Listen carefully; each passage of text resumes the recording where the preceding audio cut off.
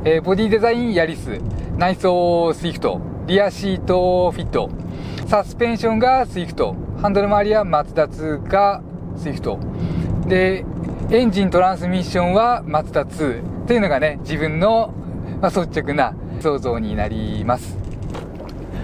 車好きラリーチャンネルのヒラリーです。今日は、ヤリス、マツダ2、スイフト、この比較をねしていきたいなと思います。で、全体的にはナレーション後から入れてまとまった感想、印象、乗ってる時に受けた印象を総合的にね見ていきたいなと思います。で、今ヤリス乗っています。2025年モデルの 1.0G180 万円台の車です。で、今この車乗ってるうちにすごくフレッシュな一言だけね、もしかしたら分かりやすいかもしれない一言ちょっと述べさせてください。で、それはね、自分がこの車のこのいいところとかを寄せ集めて1台作れるとしたら、どの車からどの部分を選ぶのか、エンジンとかね、トランスミッション、ハンドル、サスペンション、ブレーキとかね、それがピンポイントでハマれば、この車ここがいい、自分ここ重要視するからここでね選びやすいんじゃないかと。全部がね望めるクラスではないです。なのでちょっとそういう言い方ねさしてみたいなと、ちょっと今回してみたいなと思いました。まずボディデザインはヤリスです。自分のねもうこれも 100% 好み、いいも悪いもないですね。で、内装インパネ周りはスイフト、もう現行スイフトね、もうこれラグジュアリー感あってズバ抜けています。もう一択だね。で、リアシートはフィット、これも一択ですね。最近ねこの背が低いコンパクトカーの中で言うと、やっぱりフィットだけになってきちゃったかな。で、エンジンとトランスミッションはマツダ2、これももう一択かな。みんな一択、どの車も豪華一点主義みたいなね。で、サスペンション、足回り、ここはスイフト、もうこれもズバ抜けていますね。で、ステアリングラックとか電動パワーステとかハンドル周り、これはちょっと迷ってスイフトかマツダ2、ちょっと方向性違うんでね、これ後でハンドリングのシーンで述べていきたいなと。ただどっちもいいところはあって、どっちを選ぶか、その人の好みでね、こういうとこ曲がればねすぐ分かるようなところなので、むしろ直線走っていてもねもう全然違う。どっちかね。ちょっとまとめますね。ボディデザインヤリス、内装スイフト、リアシートフィット、サスペンションがスイフト、ハンドル周りはマツダ2がスイフトで、エンジントランスミッションはマツダ2というのがね、自分の、率直ないいところだけ集めていきたい作るとしたらこういう車といったね理想像になります。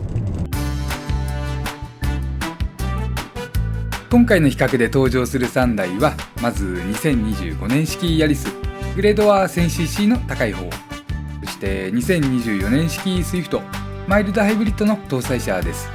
それから2024年式マツダ2、高圧縮タイプの 1500cc エンジン搭載モデルになります。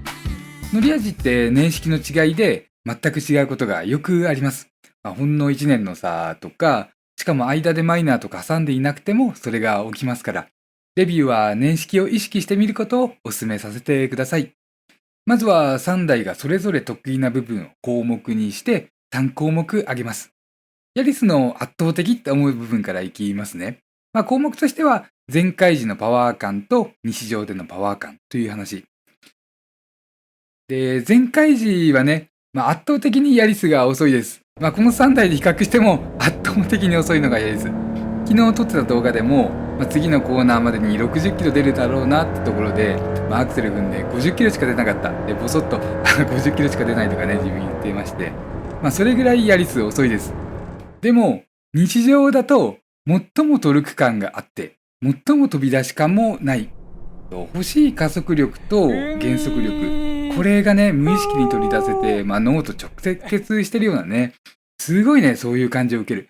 もうマイルドハイブリッドだからどうこうとかね、もうほんとそんなのなくて、日常でトルク感を感じるのはヤリスです。このあたりが CVT とスロットル特性という話になります。制御の部分だね。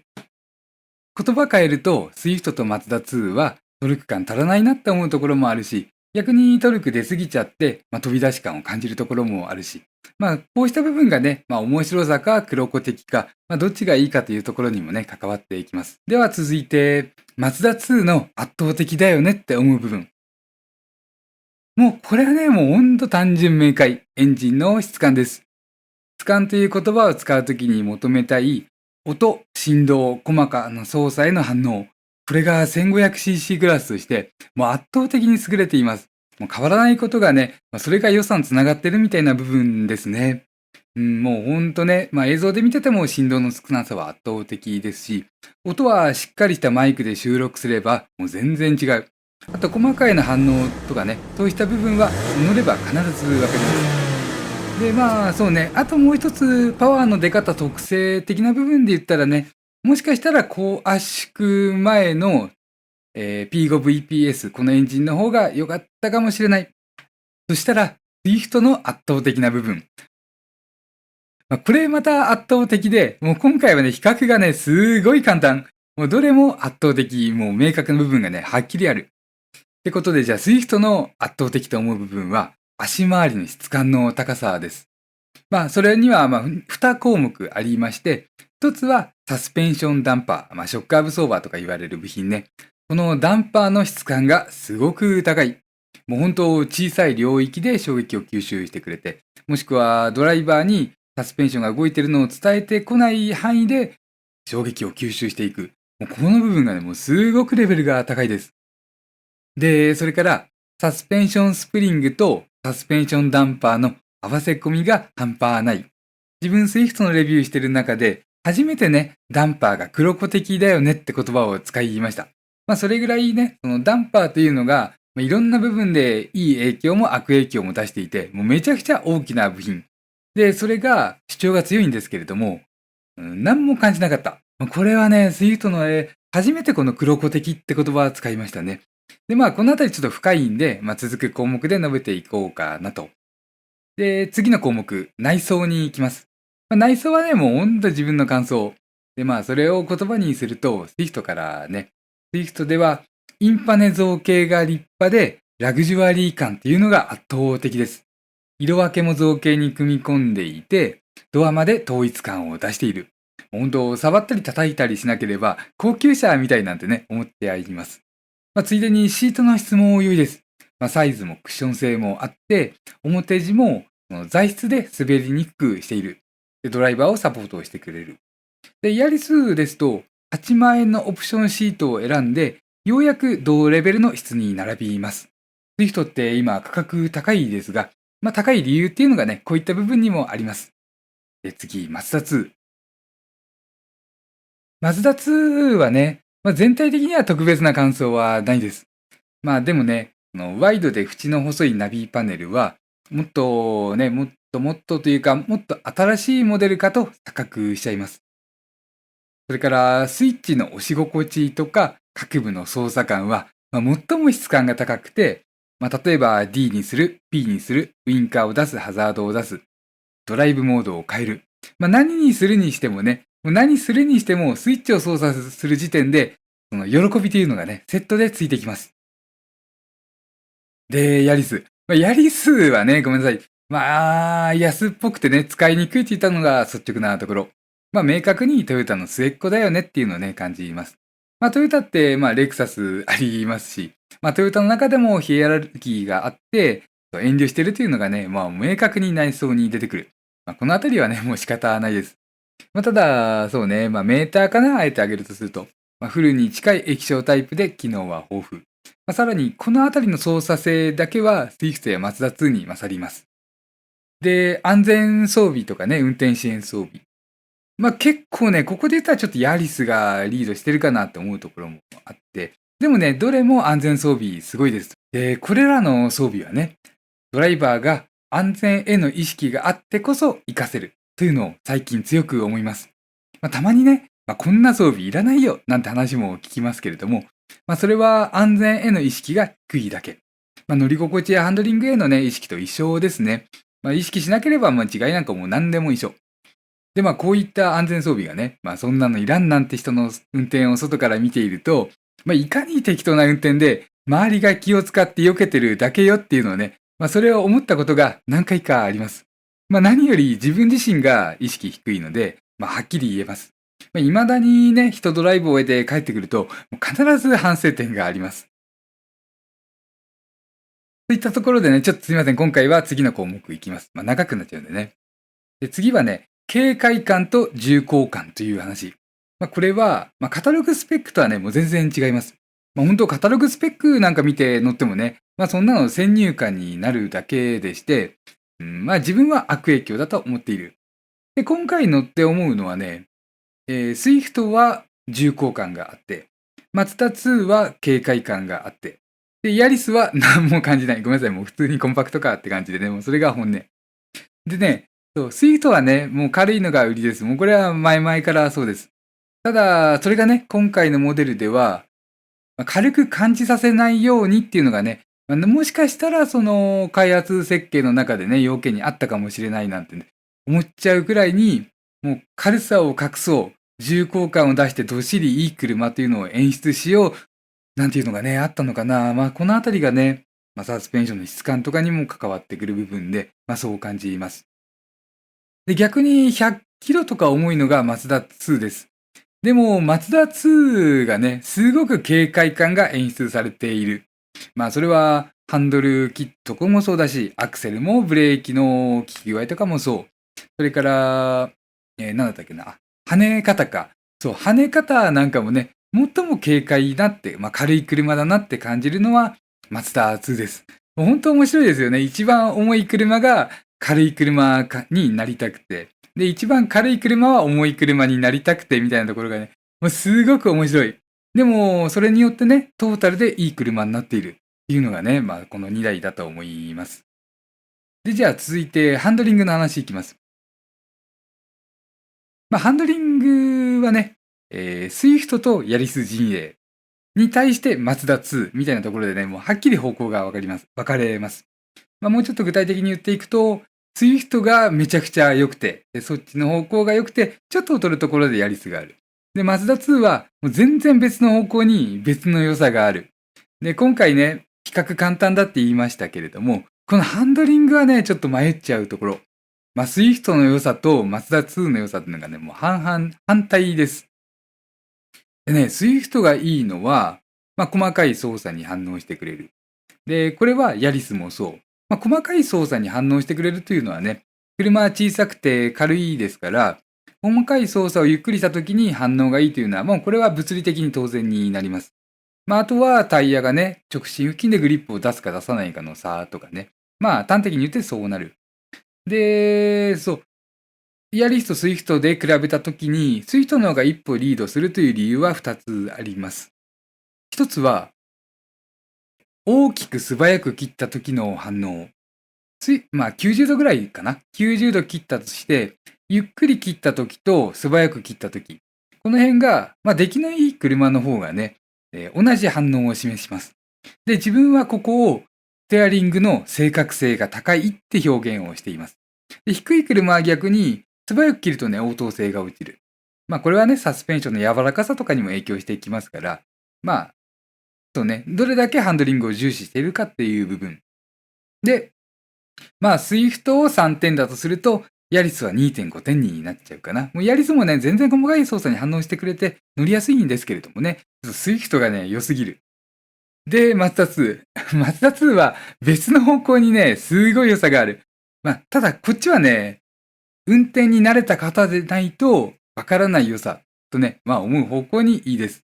で、何がいいかというのはね、ちょっと深くなります。それはね、まず、車というのは、手放してほっとけば勝手にまっすぐ走るものです。もう本当自転車と一緒。そういう風に作られている。で、その上で、勝手にまっすぐ走る方向こそ車にとっては直進。で、勝手にまっすぐ走らせていると、抵抗感が少なくて滑らかに走りますし、燃費も良くなる。で、そこには外的要因というのが入ってきまして、風とか路面の様子とかね。で、ドライバーと折り合いをつけることで、車の行きたい方向に直進させられることができるかできないか。ここが慣れたドライバーとそうでないドライバーの差の一つだと思うんですよね。でね、そのためには、まずは車がどっちに行きたがっているかというのを、いかに早く知れるかというのが、もうめちゃくちゃ重要。で、マツダ2は、ハンドルを握ってる手でそれが感じられる。もうここがね、いい。ぶっちゃけね、その抵抗感とか滑らかさとかどうでもいいとしても、もうとにかく楽しさにつながるのはここ。なので自分はいつもここを言っている。で、それがね、CX5 乗ってる時に使った言葉で言うと、例えばね、コーナーの手前のところで、少し逆バンク気味。で、その後コーナーって続くようなところで、自分、最初っていうか、コーナーの入り口で、コーナーと逆方向の方向に指一本だけ軽く手の力を抜いて逃がしてあげる。手の力を抜くと逆方向に車がスッと取られる。で、それを活かして、次はね、よしよし分かったよって。じゃあ次はちょっと自分の行きたい方向で、こっちに曲がりたいからこっちに切るよっていうので、ふーっとね、もう軽く車に逆らわないように切っていく。この面白さですね。手の力を抜くことで、車の行きたい方向にまず向けてあげる。で、力を逃がしたりしながら、今度はちょっと自分の言うこと聞けと、ドライバーの言うこと聞けとね、もう飴とムチじゃないですけれども、こういう車と対話できるってここだと思うんですよね。指一本とか手の力を抜いた時にどういう挙動を示すか。車の行きたい方向はどっちかと。ここがね、車の面白さであって、それを感じられるところがマツダ2。多分というかね、マツダ2も次期モデルになってくると、これ分かりにくくなってくような気がするんですよね。車ってそっちの方向に進化していますから。そうですね。それで今の2024年式とか、多分2025年式もそうですけれども、ここがね、昔から続く車の良さというのをマツダ2は持っていて面白い。で、スイフトとヤリスはまた違う現代的な良さというのを身につけてきていて、多分こっちもね、もうだんだん車の行きたい方向を伝えつつ、かつね、微振動とか無駄に取られるとかをなくしていくようなと、両方がね、レベル上がっていくと思います。これほんと楽しみですよね。それね、今回ヤリスに乗ってね、ちょっと思ったポイントです。で、じゃあね、次行きます。次は、乗り心地と静粛性のお話。これも一言で済むかな。一言で言うとね、で、まずヤリス。ヤリスは単純に柔らかいです。この2025年モデルね。で、柔らかくてふわっとしてるところがあって。でもカメラで見るとね、結構ゴツゴツしてるんでね、動き出しだけ柔らかい。これがね、答えになります。で、そこの減衰力が足らない。そこで車の動きを押さえつけてくれないので、例えば前後の揺れを発生させちゃうと、ブレーキとかでね、ドライブが雑にすると前後に車が揺れる。で、その時に、前後の揺れがね、ブワーンブワーンって2回揺れないと収まらないです。もうブワーンブワーンとね、往復しちゃう。これね、もう何度も面白くて自分試しちゃって、そうね。このいった部分の乗り心地はいいって言っていいのか、悪いって言っていいのかわかんない。で、マツダ2はね、もうそんなことないです。さすがそこら辺はね、マツダの車として仕上がっている。ただ、ちょっと固めでゴツゴツ感あって、それが荒っぽさにある上に、ちょっと車がね、パカンパカンと跳ね上がっちゃう。ここはどうなんでしょうかね。設計なのか、ちょっと価格的に割り切ってる部分なのか。これがある。で、ふわつかず、伸び上がらず、フラット感もある。すべて優れてそうなのがスイフト。ただ、いろんな人の好み考えると、スイフトの乗り心地がいいとはね、もうちょっと安直には言えない。そうね、言った方が人気出るんですけれどもね、YouTuber としては。でもね、自分はそうは言えないんかな。理由は、伸びず衝撃伝えず、すぐ収まる。でいて、その分がね、ちょっとカチンカチンと音になるんですよね。これはゴムブッシュとかの影響もありますし、しょうがないっていうか、一長一短出ちゃうものですよね、このクラスって。で、どう言っていいかわからないけど、とにかく分厚かず、伸び上がらず、かつ素早く収まるといった部分で言うとね、質といった部分で言うとスイフトになるという結論になります。で、静粛性。静粛性は、そうだな、一番静かに感じやすいのがスイフトです。実際ね、デシベルメーターとかで音圧ゲージとか、それを測れば一緒かもしれないです。ただ聞こえ方が良くて、Swift は前からの音を素晴らしくシャットアウトしてくれている。代わりに後ろからの音がうるさい。でも、うるささとしてね、どこから聞こえてくるかわからないような、つまり後ろとかからね、多く聞こえてくるような音っていうのは、人間うるさく感じにくいです。フロントシートに座ってる限りか、うるさく感じにくい。で、それ考えると Swift が一歩リードしているかなっていう気がします。で、マツダ2は、レビューしてる間に、うるさいって言おうと瞬間に、そうでもないねと。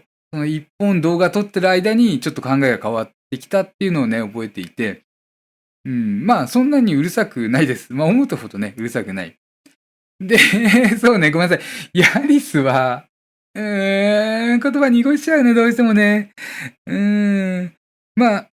デシベルメーターで見たら多分静かなヤリスなんですよね。で、エンジンも静か。特に日曜域ね。で、3気筒らしさを感じないのもヤリス。